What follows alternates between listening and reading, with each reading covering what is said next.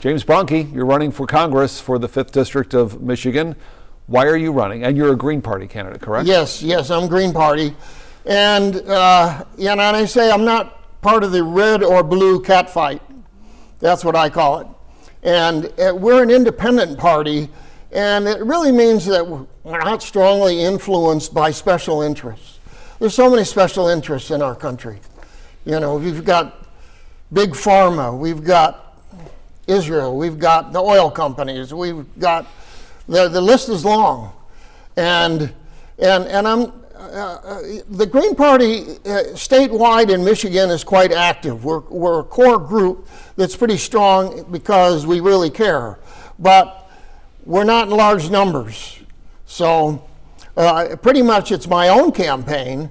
I've rented booths at fairs, and it's been me renting the booth, not the Green Party, for example. Okay. So when you decided to run for this, you looked at some of the big questions that have to be decided. There are $1 trillion budget questions. There are foreign policy questions. And what put the idea in your head that you are qualified to handle some of these sorts of questions and issues? Well, I'm certainly not a young guy. I'm 74. And so I've wrestled with the problems that our country faces my whole life. I've had as high as a top secret clearance, and I worked on military stuff, and I was so frustrated with the Iraq War, which I felt was wrong, that I stopped working on military stuff.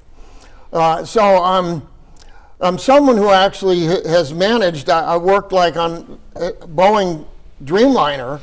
I managed the avionics problems. All the avionics problems came through me. So I'm used to working with people to solve problems. What is your background?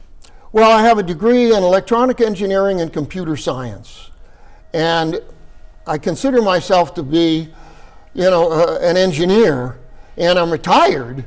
And if someone says, you're a politician now, I was like, no, that's an insult. I'm really a retired engineer running for office is what I am. So the Green Party has historically been seen as an environmental party. Do you feel the Green Party is strictly focused on environmental issues? That's just a part of it. The big part is the lack of control by special interests. And I think, green, some people think it's about plants. No, it's not about plants. It's really about independent thinking. And so, to be honest, even to start out, we're real critics of Israel and the Israel influence in our own, Congress and in our budget. But that's not the big reason. If we were talking about the big reason, and of course the Israel thing started a year ago, and I talked to my own legislator, Tim Walberg, about that, or I wrote him a position paper, and but I got more and more concerned with our health system this year. As I talked with my own eye doctor, and I was diagnosed 8 years ago with cataracts. And I learned of some drops to put in my eyes that I started putting in my eyes that stopped the growth of cataracts. So finally this year I asked her, how many people have you told about this? She said, nobody, it's not FDA approved. And going around and talking to people, I met a guy whose dad went blind by the cataract surgery. And so I'm like, gee whiz, is this our medical system? And this just ties in with other things I've known in the past where there's alternative solutions that our own doctors can't get behind. Sure. Well, we'll talk about some of the big driving issues in the race in just a moment, but I want to ask you one. It's almost like a nuts and bolts question about the Green Party. The Green Party has typically, if you had to choose one of the major parties, it would typically go more towards the Democratic Party. I'm not saying you personally, but oftentimes Green Party candidates will skew more policy-wise towards Democrats. Libertarians tend to skew more towards Republican sorts of issues. Oh, okay. So, but you would have to caucus with one of those groups if you are elected for committee assignments, et cetera. With whom would you caucus? Would you caucus it with would the be Democrats? definitely the Democratic Party I would be more aligned with, especially with regard to climate change. That's another issue. I mean, Tim Walberg just said when I met with him, it's just a cycle, it's not a big deal. And it is a big deal. So what is your priority? We'll go through the list of what the polls say are general priorities in a lot of the races, but what would your priority be? Well, like I was saying, our health system. I would like to see a whole new alternative to the FDA, which I will call Research Medical Solutions Department. And that will be just what it is. We validate independent solutions to things like cataracts, cancer. There is a solution to cancer, and I've witnessed it myself. And that's basically fasting. They call it metabolic therapy. And $200 billion is spent every year on cancer treatments, $3.4 billion on cataract surgeries. We could drop those way down by really looking at the alternatives. So that's the big thing. And the climate change, although it's a serious issue, I don't see myself as like doing anything immediately to solve it. It's not an immediately solvable problem, but it's something that our leaders need to be understanding of and recognize the severity of it, the long-term severity of it. When you look at the polls, most of the polls show in most districts across the country and nationally that the economy is a top issue, immigration is a top issue, abortion is a question, especially in the state of Michigan, which had its recent statewide initiative that put the protections for abortion into the state constitution. Right. Let's talk a little bit about the economy. There's so much discussion right now about the state of the economy. Democrats will tell you the economy is actually going strong, the job numbers are good, the stock market's good, hiring is a strong issue, our GDP is in a good, healthy place. But the Republicans will say, price of eggs, price of milk, price of gas, the inflation has been, while it's been brought under control to a certain extent, some of those core issues are still 20% higher than what they were 4 years ago. Is the economy, in your estimation as a Green Party candidate, something that needs to be addressed immediately, or is it something that's in fairly good shape and we need to do some tweaking? Well, I think it's in fairly good shape. And I think that the one bit of misinformation out there that's promulgated by the Republicans is blaming inflation on the Democratic Party. And the inflation, the higher inflation we've had was due to the very low interest rates that occurred during the Trump administration and during the COVID crisis. But the interest rates are set by the Federal Reserve, not necessarily by the White House. Well, exactly. I'm not blaming them, but that's when it happened. Okay. So yeah, so the Fed had, to save our country, dropped interest rates way down, printed all kinds of money, and that's what ultimately resulted in our inflation. And we have no choice but to let the Fed control things and let them work the interest rates to keep inflation under control. But I don't view overstepping anything the Fed is doing. So in your mind, do you think this is something that Congress needs to take a hands-off approach and let the Federal Reserve try to bring down the price of eggs and milk, et cetera? Because it seems as though some would argue that's more of a free market issue. The prices are what the prices are, and the market will determine what those prices are ultimately going to be. Is there something Congress can do to try to bring down the price of eggs and milk, et cetera? I don't believe there is. I don't see myself going there and demanding change in that department and having any success at it. I just see it's up to the Fed to monitor things and set interest rates the way they think they have to be set. Is there a concern about either one of the two major political candidates for president, whether it be Donald Trump or Kamala Harris, about their plans to handle the issue of overall the economy, but specifically the inflation issues and the high prices that are currently plaguing a number of families? And on the Republican side, of course, it's the issue of tariffs. Donald Trump has talked about broad-based tariffs over most Chinese imports, if not all Chinese imports. Kamala Harris has talked about trying to tackle price gouging, and that is a primary driver of some of the higher prices that we're seeing on our everyday projects. Do you agree with either one of those stances, and do you see problems with either one of those stances? Well, one thing I've seen Trump say is that if he put tariffs on things, it wouldn't affect inflation when it would. Prices would go up for stuff.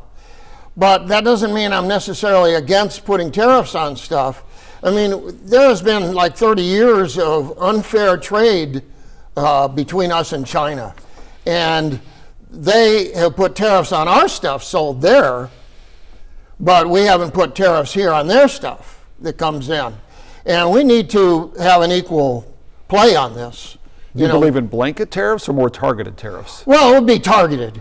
If there's something they are putting tariffs on that we want to market there, like cars, well, we'll put a tariff on their cars.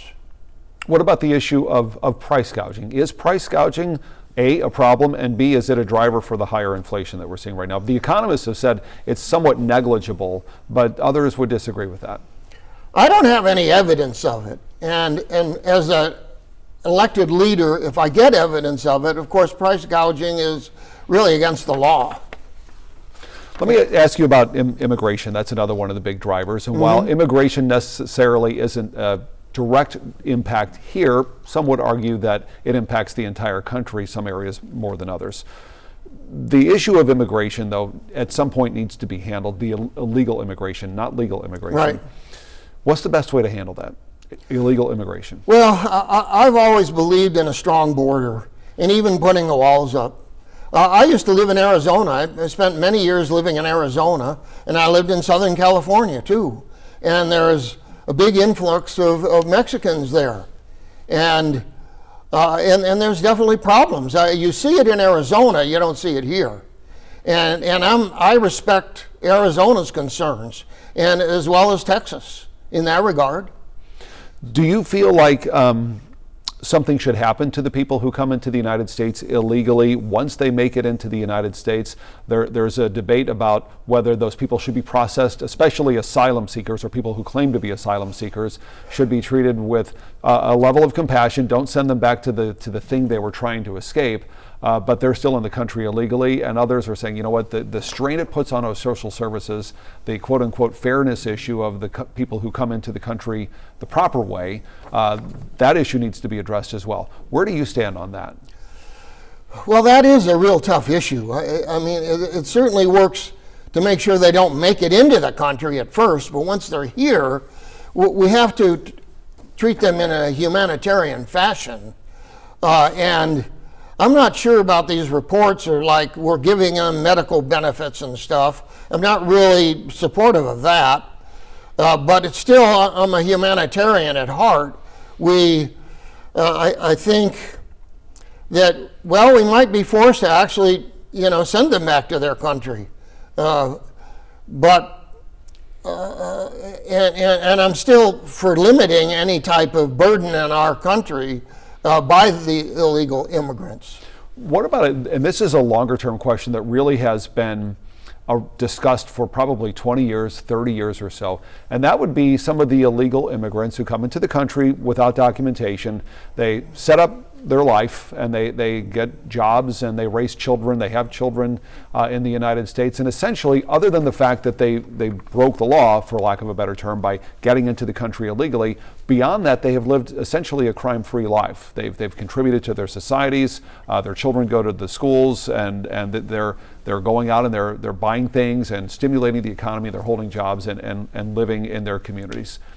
How do we handle these people who have been in the country, perhaps illegally, but for decades, and maybe their children and their families know nothing other than the United States? Right. I believe that they ultimately can be naturalized here. I mean, I know of a gal who left Israel because all women are required to be in the military there for 2 years. And she left and moved to the United States. And she didn't go back until finally her parents were ill and she wanted to go back and visit them. And, her dad paid for, I guess, an attorney, and they worked it out, and she's now a dual citizen. And so she goes back and visits Israel. Should there be some sort of, there's been a discussion of the pathway to citizenship for some of these people. Should there be some sort of a punishment, financial or otherwise, for the people who have been living in the United States and they've been living in the United States without problem, but they did come in illegally, versus the people who went through the legal ports of entries, played by the rules, went through the process? Should those people who came in illegally have some sort of a punishment before they become citizens? Well, I don't believe so. I mean, most people to even make it here and be successful here have to know people here. And many that come here, I know Ukrainians who were here, and they left, of course, Ukraine, and a couple have been out on my boat. They're friends, and he left war, and so I'm really not for punishing them, and I don't know the details on how they made it here in terms of citizenship, but I just can't be inhumane to people who are here and are successful. Let me ask you about the issue of abortion. Republicans are, as a general rule, pro-life. Democrats, as a general rule, are pro-choice, especially in their policy approaches when it comes to the issue of reproductive rights and abortion. Where does the Green Party stand, and where do you stand?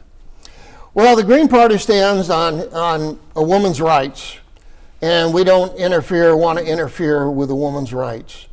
And I just recently came to the conclusion that the pro-life movement, I will call it the pro-tortured life movement, because that's what it really is. You make a woman have children who can't give the children what they need for the next 20 years, what you end up with is a high suicide rate.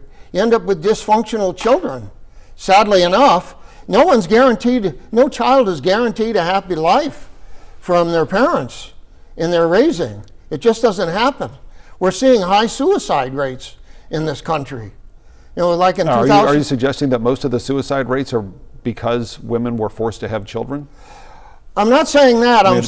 Do you have evidence to back that up?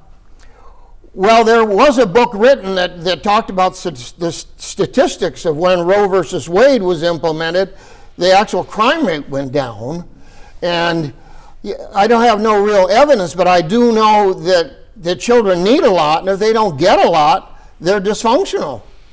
Do you favor, right now, for example, the state of Michigan, with the recently passed statewide initiative, put into the state constitution abortion access? And the abortion law in Michigan is fairly wide. There is really no limitation on abortion from the date of inception all the way up to the date of birth. At any point in that time frame, a woman has the option of having an abortion. Is that too wide? Do you prefer something that's a little narrower than that, or should it remain at that level? It should remain at that level. I'm for giving them, their freedom at any point. I think most women will not wait until late term. They have enough sense, to know they've got some life there, and people need to promptly do something if they realize they're, a woman's pregnant, and there needs to be full access to Planned Parenthood coaching. For sure. Right now, the issue of Medicaid plays in that. There's been some ongoing discussion, and right now federal law says you can't use federal dollars to pay for abortion services. But Medicaid will cover some abortion services in very limited circumstances. For example, the life of the mother being in danger in a case of rape or incest, but that's about the exception of it. Given the fact that you prefer that women have the right all the way up to the ninth month, should Medicaid services in those circumstances with low-income women pay for those services when it's an elective abortion? Well, that's a tough one. I don't really want to see the public's money paying for stuff, but I just don't want to see it limited. But if there's a real health issue there, it should be covered under Medicaid,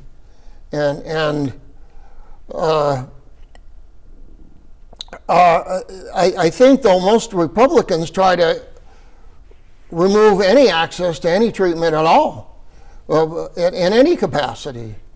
And the health of the woman is the most important thing. Let me ask you about the issue of crime. And when we talk about crime, usually the focus, the mindset goes for most people to gun crime. There are other crimes as well, of course, that can be problematic for any community, but the issue of gunplay, because it's so final with these victims. Are there too many guns on the streets? Well, I don't see them in Cassopolis. I don't have anything in my platform about gun control. I do own a couple of rifles myself, a shotgun and a .22 rifle, and I haven't shot them in 10 years. I ran into one guy who thought oh, we can protect the country with our weapons. It was like, no, we can't. But still, that, I believe in gun rights. I believe the real problem with guns is the insanity that's within our society. And we need to keep that under control. And like I say, our children need a lot. And if I were to focus on anything, it would be sanity amongst people. Less children means more for the children you do have, and even more for yourself. I mean, I'm not even a pet owner myself. I give to my friends. I talk to people. I want to work out stuff amongst us people. And I always encourage people to have less children, if anything, and work on their own skills, make their own life better. Let me ask you about the issue of the Second Amendment. You said you're essentially, I'm assuming, in favor of the Second Amendment, but there are some debates about whether the Second Amendment does have a limitation. We already know that you can't own a fully automatic weapon. If the Second Amendment was truly across the board, you could own anything you wanted. You could own a bazooka launcher. You could own, but you get my point. Right. So the debate now is, at what level do we draw that line? And there are some who say semi-automatic rifles should be fine. AR-15, for example, which is often the weapon of choice for mass shooters, school shooters, and the like, those should remain legal. Others, especially Democrats, are saying we need to get those off the streets. The assault weapons ban needs to come back. Where do you stand on the issue of banning things like an AR-15 or an assault weapon? I put it this way: if the Republican Party came to me because their presidential candidate was shot at with an AR-15 and said they wanted to limit them, I'd listen to them. but I don't have any plans to do that. I mean, it's a tough issue, but the real truth forward is getting people saner so that they're not using weapons as a way to solve a problem. They're knowing how to deal with it themselves. Let me ask you about foreign policy. You mentioned Israel when we were starting at the beginning. I take it you are not a fan of the current policy for the United States towards Israel? No. And I'm afraid our news media is strongly influenced by the Israel issue to the point of, I mean, you can look it up. I actually wrote an article in Truth Out in 2023 because I reviewed Biden's meeting on Iraq, where he came out and said, follow the bouncing ball, Iraq's a threat, Saddam this, Saddam that. Well, I read the transcript of that meeting, and I believe I'm probably the only person in America who actually read the transcript of that meeting. And as someone with a top secret clearance, I have some authority to be able to say, I can look at that and say, there was no WMD evidence presented in that meeting. Our news media didn't review the transcript. So what that was a war for Israel, really. There was a lot of pro-Israel people who wanted that war.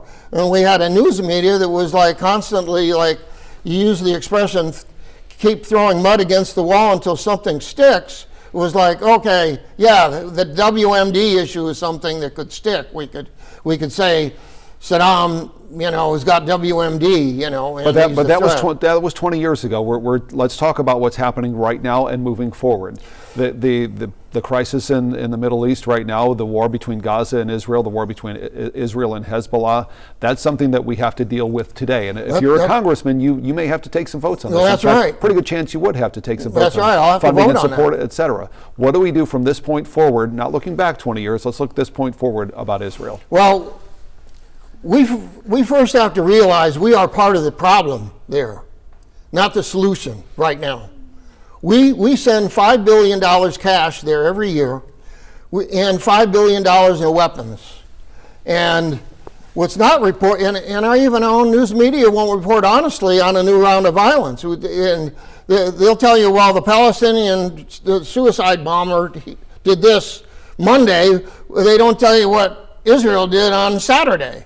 And I was even afraid of the question might be, do you feel that Israel can defend itself?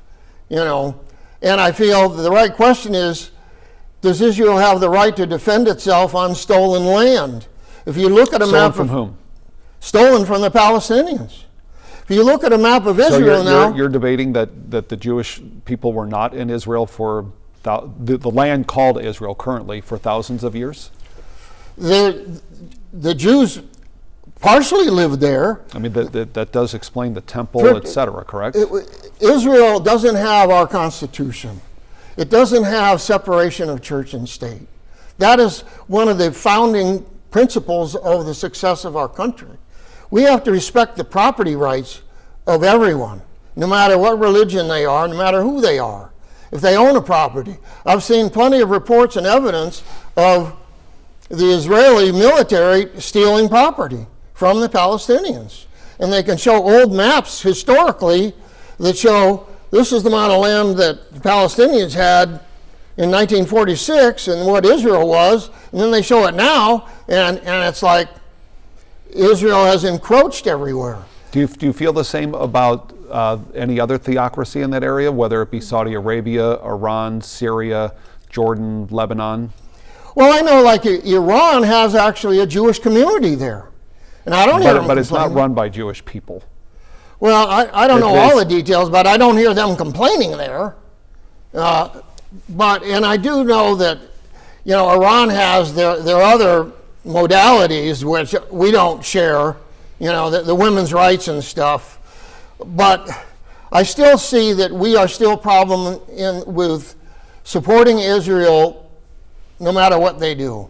Okay. And we're a part of the problem, not the solution with what we do. All right, fair enough. The issue of Ukraine, it's the same sort of question.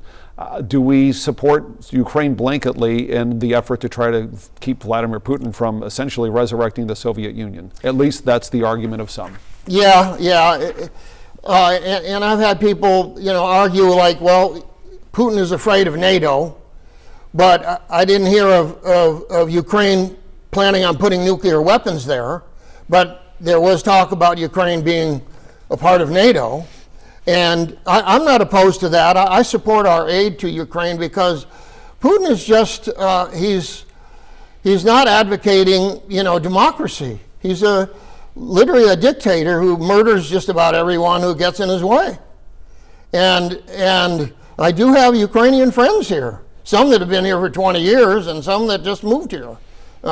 Not that biases me necessarily, but I support NATO and I support our aid to Ukraine. Let me ask you, as we're starting to wrap up here, a presidential politics question. You're not a Democrat, you're not a Republican. We hear doom and gloom from Republicans and Democrats that if the other person wins, that the country's going to heck in a handbasket. Right. And we hear that on both sides. Right. As a person who is a third party candidate looking at that, do you think either side is right, that regardless who wins, that the country's going to heck in a handbasket? Well, I think that if if Trump wins, all his policies, we are going to heck in a handbasket, really. There's some of this Project 2025 is crazy. Which he denies. To be fair to him, he does deny that he has any connection to 2025 and he is going to try to implement any of Project 2025. But go ahead. I just wanted to throw that Well, yeah, I never voted for Trump. Someone who's had his business failures his whole life, not paid people that worked for him and stuff. I was never impressed by him. I didn't want to see him in the White House. And the fact that he kept all these top secret documents and stuff, I worked on top secret stuff. You don't mess around with our soldiers in our country by keeping that stuff. So yeah? you feel that if Donald Trump wins, it will be a negative for the country. What about if Kamala Harris wins? Well, the only issue I have with her is I consider her to be too biased towards Israel when it comes right down to it. I guess she's married to a Jew, and I guess that makes her really biased. She has no regrets. She really lost a lot of votes on saying she doesn't regret anything that Biden did. And part of that being, of course, Israel.